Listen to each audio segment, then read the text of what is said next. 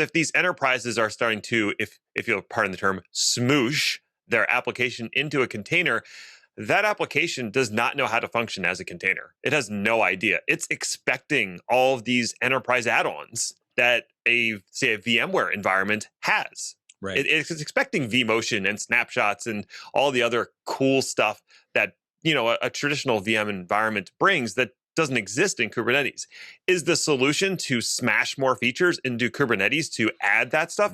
Or is the solution to create another tool that does that thing and works well with Kubernetes? Yeah, this is where, so for folks that are from the United States, you'll get this reference. So open source is not actually a democracy. It's a republic in that there is federal regulation. So that's the foundation. That is the CNCF that decides how we manage and we govern the project itself and how we manage and operate it. And then there's kind of like the SIGs and the folks that are managing the different areas of the project development. And we choose what goes into the feature set and the backlog and what stuff gets approved. And then you get all these little incubator and projects that come up on the side. And they decide what goes in there.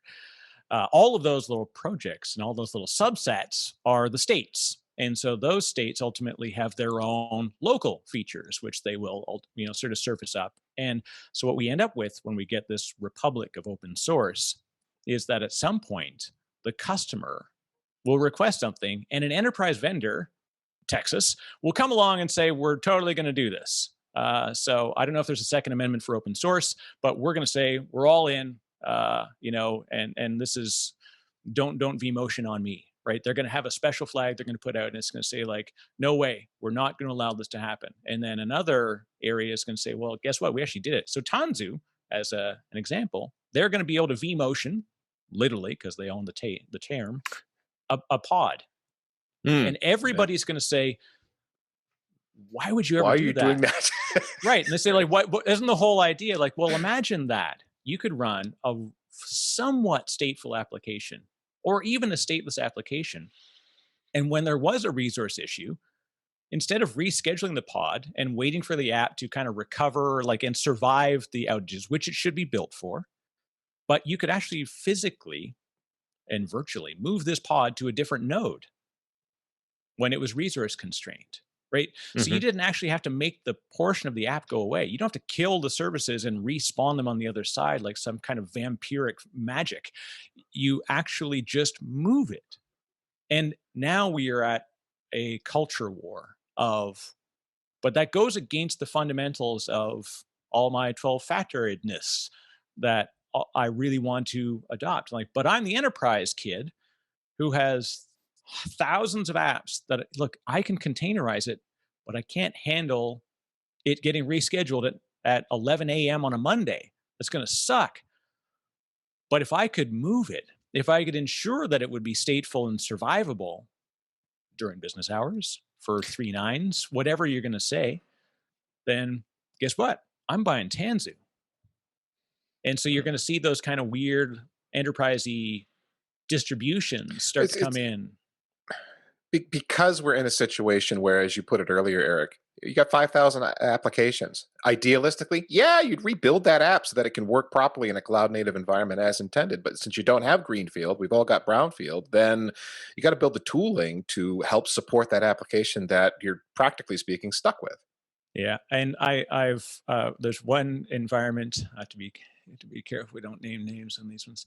Let's just say a large environment. I won't even go into the sector, but they decided that they were going to go all in on OpenStack, and so the CIO said, "All right, we're going in. This is it. We've got this beautiful hardware and software stack. We're going to do OpenStack. We're going to effectively turn off the VMware ELA because we're getting buried on enterprise licensing and pricing.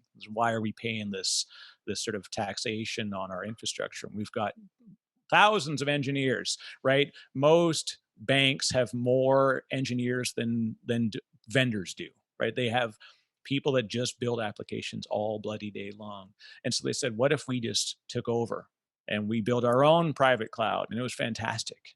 And I was a part of that story and I was able to help him. And they said, all right, we need 18 months to do this. And the CIO said, how about 12? And of course, you already felt the pain that you were going to feel in 11 and a half months. So they had thousands of applications. And so they said, here's the line in the sand. It will be cloud native only. It will be all these things. It will be the purest. It will be 12-factor. It will be all of these things.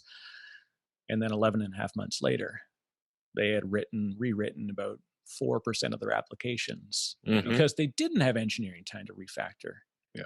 And so what ended up happening was all of a sudden, they became one of the largest VMware Cloud and AWS customers because they're like, this sucks. We needed to get rid of a data center. That was part of the mantra of why we were doing this, so we could go OpenStack, we could go to different shared service architectures, and we could go to the cloud, and we could do all these neat things. And so they realized that the weight of those legacy applications that I call production, we're going to have to realize we just can't do it. Like, if I want to run my business, I can't be sending all my developers to rebuild some goofy scanning application to make it cloud native. Like, it just doesn't make sense.